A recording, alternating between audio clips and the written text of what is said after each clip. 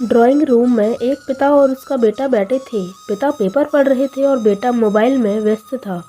अचानक drawing room में बैठे बाप बेटे दोनों को किचन से कोई कांच का बर्तन टूटने की आवाज़ आई।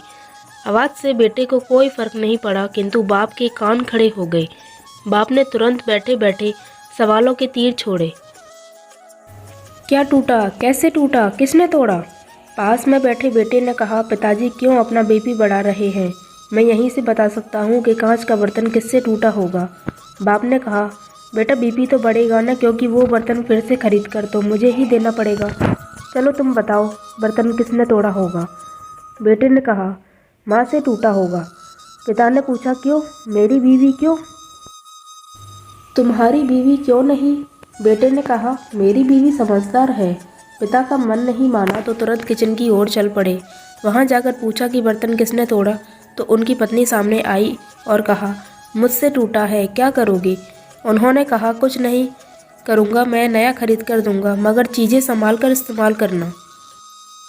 वो वापस ड्राइंग रूम में आए और बेटे से पूछा कि तुम्हें कैसे पता चला कि बर्तन तुम्हारी माँ ने तोड़ा?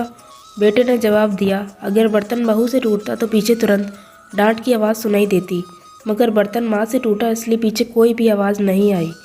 किचन रूम का हाल आपको बताते हैं। ससुर के जाते ही बहू ने सास के पैर पकड़ लिए और कहने लगी, माँ जी आप बहुत अच्छी हैं, हर बार आप मेरी गलतियाँ छुपा देती हैं। दोस्तों, कहानी का सार बड़ा ही सिंपल है। अक्सर हम लोग किसी भी सिचुएशन के बारे में अपनी अपनी धारणाएं पहले से ही बना लेते हैं और सोचते हैं कि वही सच है, मगर ज़्यादातर हर बार ऐसा नहीं होता।